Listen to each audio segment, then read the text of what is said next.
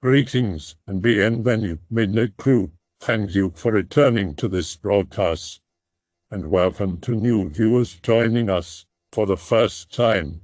If you like a video, then feel free to subscribe.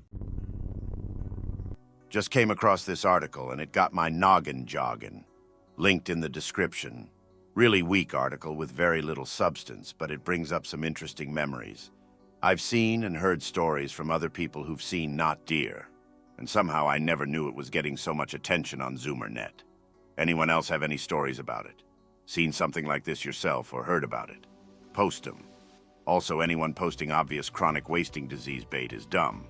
Deer with CWD are obvious, but that doesn't account for concretely anomalous behavior and sightings that happen regularly. Dropping a green of my tail below. Be me. 17, living in North Carolina. Semi-rural, an hour or so outside of Charlotte, but not close enough to actually have any city infrastructure. Large swaths of privately owned forest used only for hunting. Abandoned 80% of the year with no buildings larger than a plywood hunting blind. I and my father, both lifelong interested in the paranormal and such things out in the world. Every night we went on a walk to a field up the road from us. Comfy, enjoyable walk with no car traffic and a well-tended dirt road up to a field. Field is tall grass. Several small dirt bike paths crisscross the field, all connecting in a crossroads in the middle. Having seen, heard, and felt weird out there many times, we would go just to enjoy the nice, cool weather and talk. There's a section of the road leading to the field about half a mile long.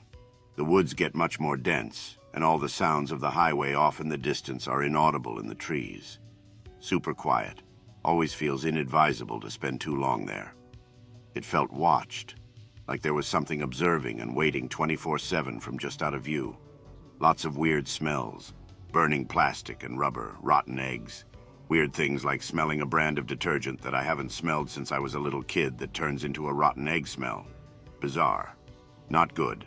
Not so bad it's noteworthy, but certainly not good. Not worth any concern. We just walked briskly through and never gave it much thought. Too many places like that to count. It's not concerning to us at this point. After a particularly weird night standing around in the field, it just felt charged with static electricity, like something was about to explode. Hard to explain, like we were standing in a dam at full capacity about to explode. Pick-related, the field. We turn towards home and get going. Come up to the leg of the journey in the weird thicket. It feels different tonight. That charged, static feeling is matched now with the thought, we shouldn't be here. This isn't wise, I don't know why, but this is dangerous. We need to go home. I don't know why, but this isn't the place for us to be right now. I would learn later my father was thinking the same thing. We both stop and turn to our left on a dime when we hear something between a stick snapping and someone pushing through a bush. Leaves and branches rustling. We stop and the clouds clear out a little. Moonlight illuminates what we just heard, not but 20 feet from us. I see the chest first. It's a deer standing perfectly still. I was curious, but really freaked out. I've seen many deer. I've been startled by deer and even wandered into grazing groups of deer by accident. Just happened to move barely quietly enough through the brush that I stumble into a group of deer that all freak out when they see me. Never once did I feel instant panic and fear. Fight or flight hair on end fear. That kind of fear that you can't articulate until after it happened. It's so gripping you can't think. All I could do was stare and breathe. My eyes traced up its torso to its neck. My eyes stopped and I stared for a few seconds before realizing exactly what I was looking at. I thought at first it had its head pointing sideways over its shoulder like what deer do when they sleep. But the moonlight was bright enough to show clearly that it had no head. It wasn't gore or gross. Didn't even really make sense what I was looking at. Its neck went up to where the jaw would start, but just rounded off and stopped. I stared for long enough that I'm certain it wasn't in a weird position, and I was close enough to see the difference in color on the chest and back. Then a weird wave of stale, hot air hit me, really hard to explain. It was cold out, but a wave of hot air, like when you open a car that's been in the sun all day. A wave of hot, stale air hit me, and the smell of rotten eggs and burning rubber. Almost exactly at that second, my father put his hand on my shoulder and turned me towards home and pushed me while walking. He and I were speed walking faster than comfortable, and said nothing the entire journey home. I still can't believe we put our back to it, but clearly nothing else happened. I asked him later, and we've discussed it since then. He said, because of his poor eyesight, couldn't quite tell what we were looking at, but that he got that wave of panic and fight or flight, finally broke the tension just holding his breath and turning me towards home and walking. We passed through there again many times, always feeling weird and usually still smelling the same rubber egg smell, but never saw anything else. It probably seems really fake to people who haven't seen anomalous things like this that we ever went back or forgot about it. The reality, at least in my experience, is that if you keep your eyes open and notice unusual things that happen far too often to remember most of it. I think most normies would be surprised exactly how easily things that bizarre can blend into the background fog of memory. I haven't given it almost any thought since it happened 3 years ago.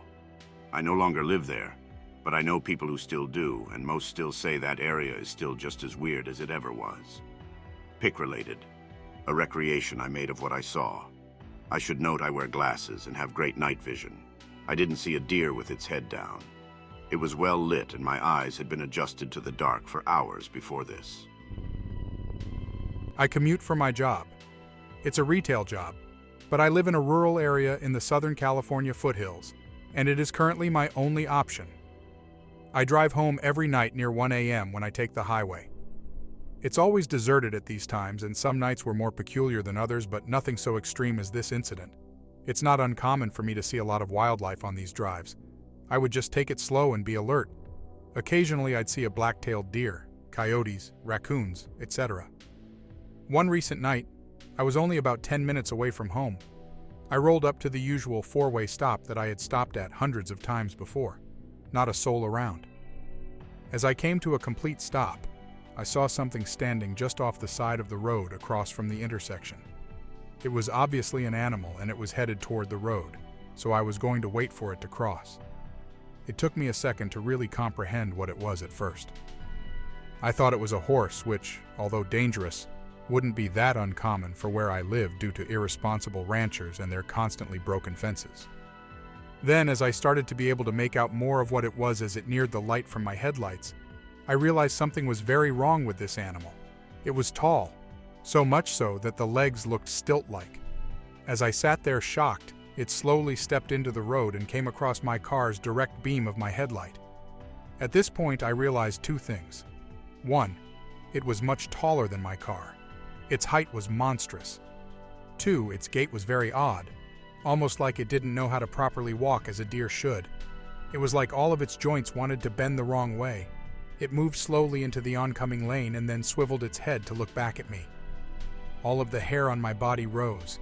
What spooked me the most was that this was certainly a deer, or at least something that looked like one. It looked normal in every way except the spider-like legs it was standing on.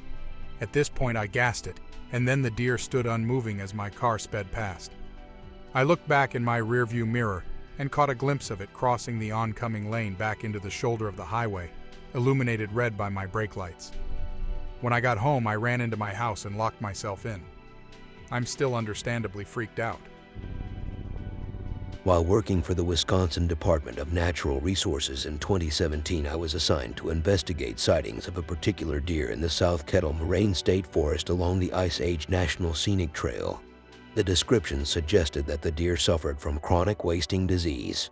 There were 3 different reports, each stating that the deer was malnourished, severely injured, and had a terrible odor. My first thought was that the deer had been wounded and that gangrene had probably set in. The part of the trail where the deer was reported was difficult to access with a vehicle, so I ended up hiking. The sightings were near one of the public shelters. The most recent report was made about 24 hours previous. I reached the shelter just as a thunderstorm began to roll in. I looked around quickly for the deer, but the rain started to fall heavily and I decided to wait it out in the shelter. The shelters in this area of the park are more like little cabins and used by backpackers. I took off my backpack and sat down. I was soon overcome by the stench of rotting flesh. It came out of nowhere and it was so strong that I was nearly gagging. I looked around the interior of the shelter to see if I could find the source. Then I thought I saw something move past the doorway, but when I peeked outside there was nothing. The stench then disappeared as quickly as it had manifested. I waited in the shelter for maybe another 30 minutes. The storm hadn't let up, but the stench suddenly returned. I didn't know what was going on, but I knew there was something terribly wrong. I can't explain how I knew, I just knew. I then heard something scrape against the side of the shelter. It was loud.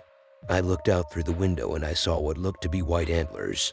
Now that didn't make any sense at all. It was early summer here in Wisconsin and bucks don't start growing their antlers until much later in the season.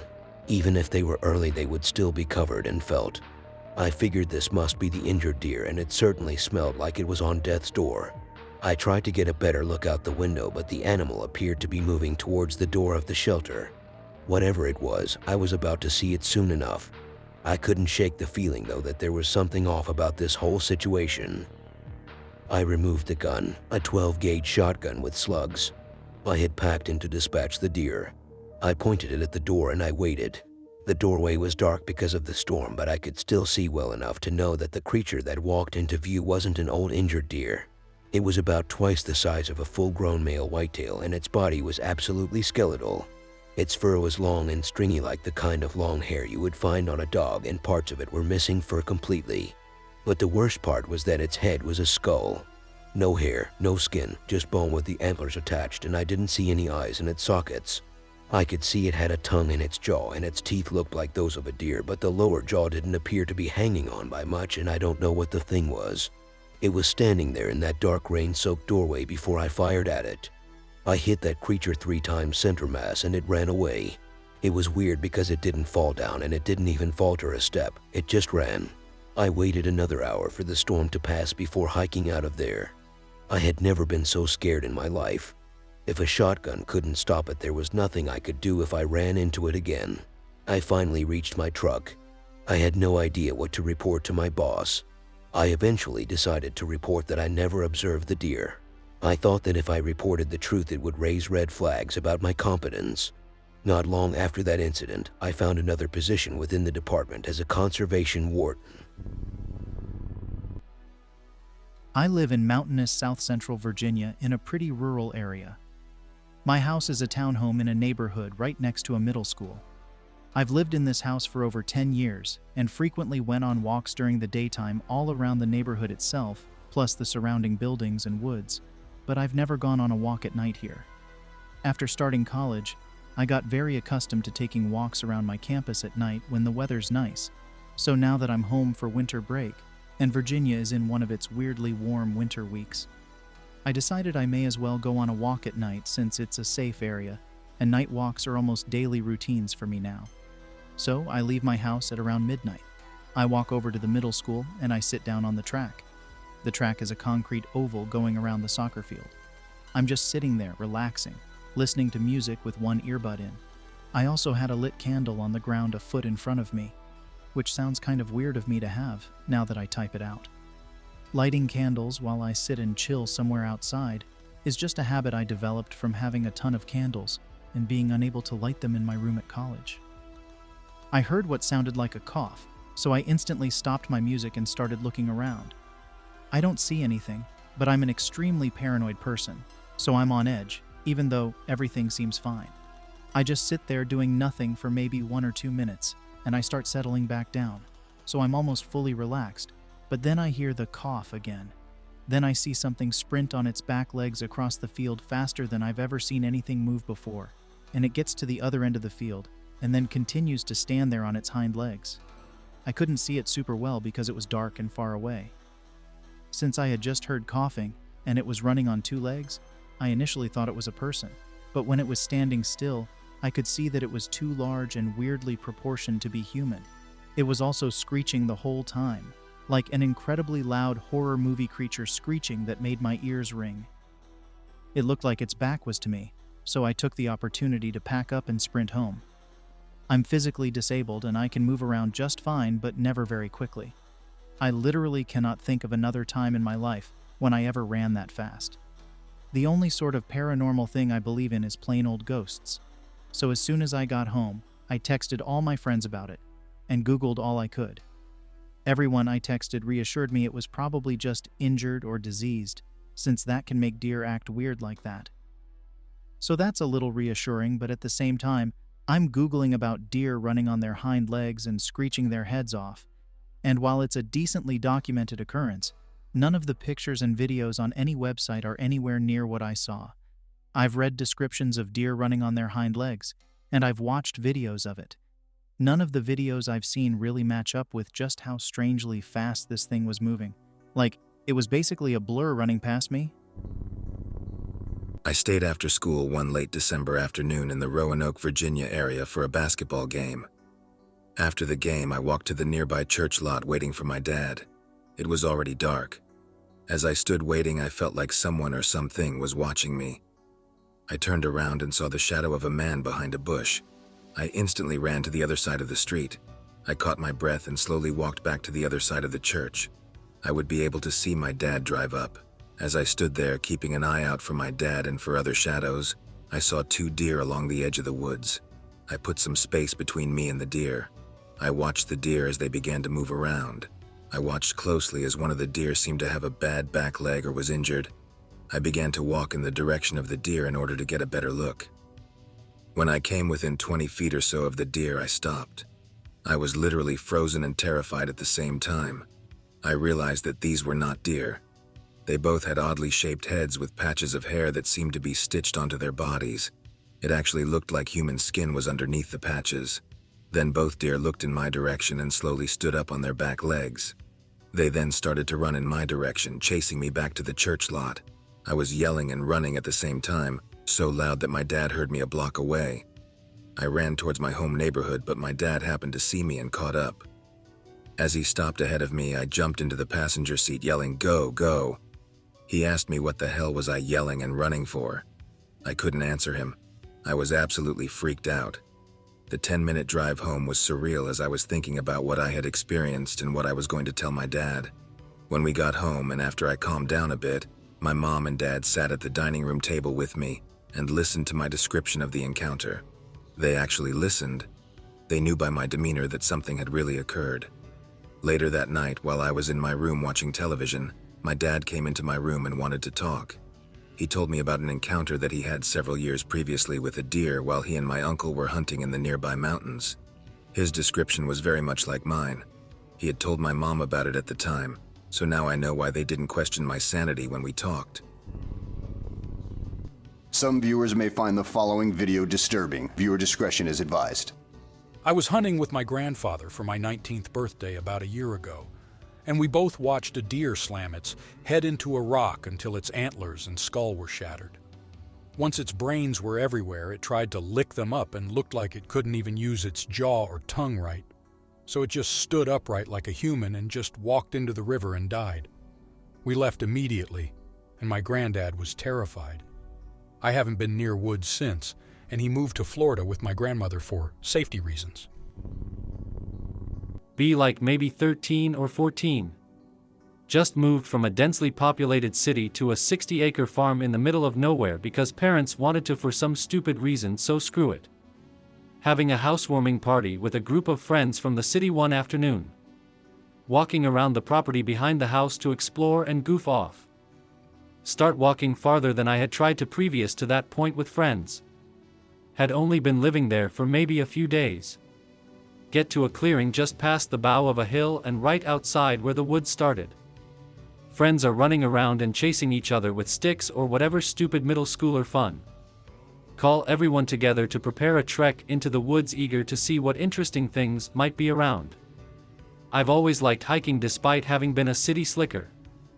Wait for the group to be collected before turning around to face the woods again, which at this point had been behind me while I waited for everyone to be ready. Walk a few yards towards the woods with my friends following behind me before noticing something that looks like an errant tree branch on the ground in front of us. Get closer and take notice of what it actually is. Entire back leg of what I'm guessing was a deer lying in the middle of this clearing. No signs of decomposition or coagulation of blood. Rip was fresh and had probably happened at the very least on the same day. Stand there staring at the leg, sort of dumbfounded while trying to imagine how it got there. Hear friends behind me murmuring to themselves. Realize the leg probably freaks them out a lot more than me because hardly any of them have as much experience as I do with the wilderness, and turn towards them to quell their paranoia. Yeah, this is pretty strange, but it's honestly not that uncommon to find dead animal parts strewn about areas like this. I don't think this is really that big of a deal. The friend closest to me says, "Anon, look," and points ahead to what the rest of them are staring at. Look at where he's pointing and see tons of animal parts strewn about the edge of where the woods begin. Mostly various organs like livers and stomachs or intestines. Some are just unidentifiable masses of flesh with tufts of fur still attached. Wow, okay. The few girls that were with us get pretty freaked out and decided they wanted to walk back to the house. One of my brothers cites the fact that the sun is starting to go down and escorts them back, but I think he was probably just also scared and didn't want to admit it. Me and 3 other brothers remain and we start our expedition. I walk ahead of the other 3 trying to look confident and fearless, but secretly starting to feel really uneasy. A short distance from the entrance we find a small creek and start following along its bank. My friends are tossing rocks into the creek while I'm enjoying the native wildlife we keep running into, just like bugs and birds. Feeling of uneasiness subsides slightly. Start to hear low moaning noise deeper into the woods. Friends don't seem to notice, so I ignore it and keep following the creek while telling myself it's just some stupid animal being a prick and making creepy noises for no reason. We had been walking for a good 20 minutes or so when I noticed a rancid smell. Walk around a bend of the creek and see a mass on the ground about 12 yards away. Get close to it and discover it's a completely mangled body of a large cow. Looks like it's been there for months. Bones in its legs are broken. Missing a lot of ribs. Face has been picked clean of all soft tissue. The low moaning noises have gotten loud enough at this point that my friends have finally noticed them. Decide that I don't want us to be stuck out there after dark and start to lead them back to the house. We get back into playing PlayStation or whatever for the rest of the night. None of my friends came back to the farm after that. Fast forward to about a week later. Various animal parts near the entrance of the woods were gone the next day, and I'd been spending the last few days trying to relocate the corpse we ran into next to the creek with no luck.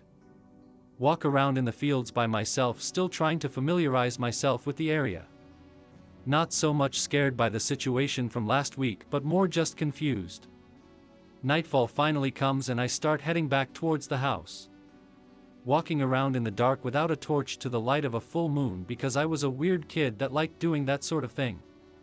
Make it to a field that had formerly been used as a plot for crops, can't remember what kind, by the previous farm owners.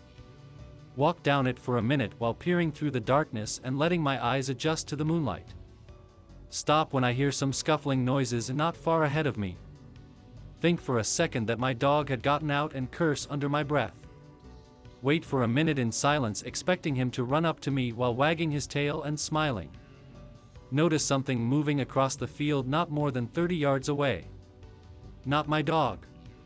Very clearly see some really weird looking thing with pointed ears and an elongated snout crossing my path on all fours while moving in a way that reminded me of a deer trying to learn how to walk immediately after having been born. Only it doesn't look like a deer, more like a cobbled together toy of one. And it's enormous. It doesn't seem to notice me as I watch it slowly meander away. I wait for it to be out of sight and silently sprint back to my house. Walk in and see my dog quietly lying in his bed. Don't mention it to my parents and just go to my room. Fast forward another couple of days. I've completely stopped exploring the property at this point and taken to spending all of my time in the house. Sitting in the living room downstairs playing video games at around 8ish at night. Mom pokes her head in and asks me to drag the garbage out to the curb. Put on my shoes and go outside. The curb is a fair distance away from the house and I don't want to spend more time outside after dark than I need to, so I end up basically jogging to the curb while dragging this garbage can behind me on a gravel road, making a ton of noise and running back to my house as quickly as possible. Accomplish my chore without incident and continue playing video games. Get done playing games and retreat to my room for sleep. Have trouble dozing off and decide to light a candle and read a book. Bed is on the ground. Hadn't bothered to set up the frame yet, pushed up against the walls that are closest to the outside on the opposite end of the house where my parents are asleep. Probably around 2 or 3 in the morning.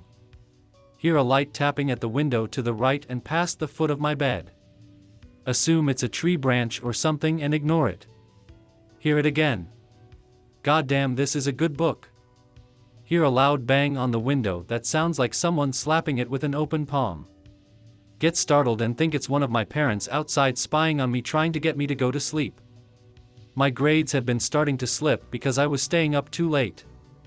Toss the book off the side of the bed and blow out the candle.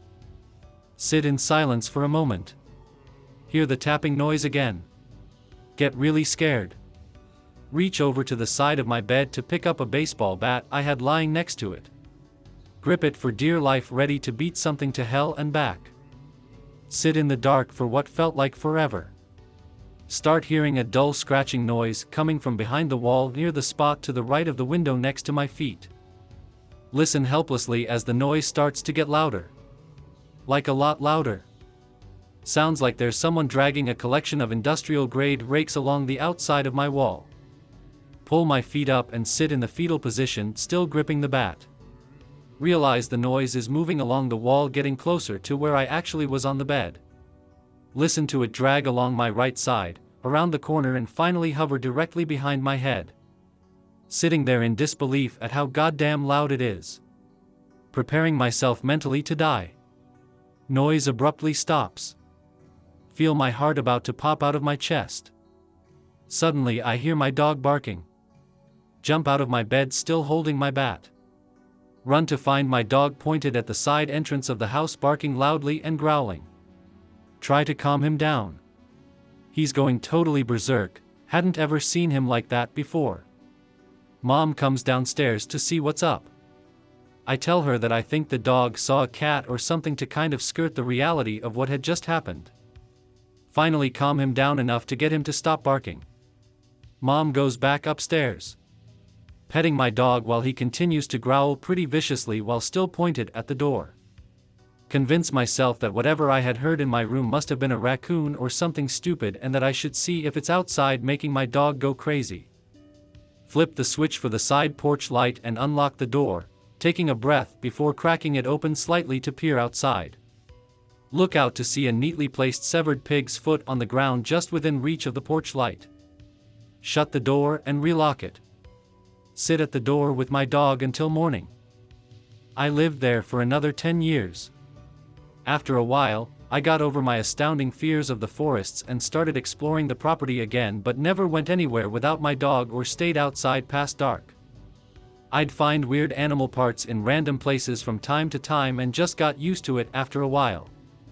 Every now and then, my dog would start barking at something and I would take that as his signal that we needed to go back inside. He lived for a pretty damn long time, like 15 years, but eventually died of old age. Within a week of that happening, I had moved out and gone to the opposite end of the country. I really miss him. Been here for my entire life. The most unsettling thing is the legend of the NotDeer, which is a cryptid that first looks like a normal deer, but the more closely you look at it, longer you look at it, the less like a deer it looks. Other than that, I'm not sure if we get Wendigos or skinwalkers this far east, but I'd assume so. I hope that you enjoyed tonight's broadcast. If you enjoyed tonight's story, then please subscribe to the channel, as more green texts will appear daily. A new broadcast will appear when the clock strikes midnight Central Time.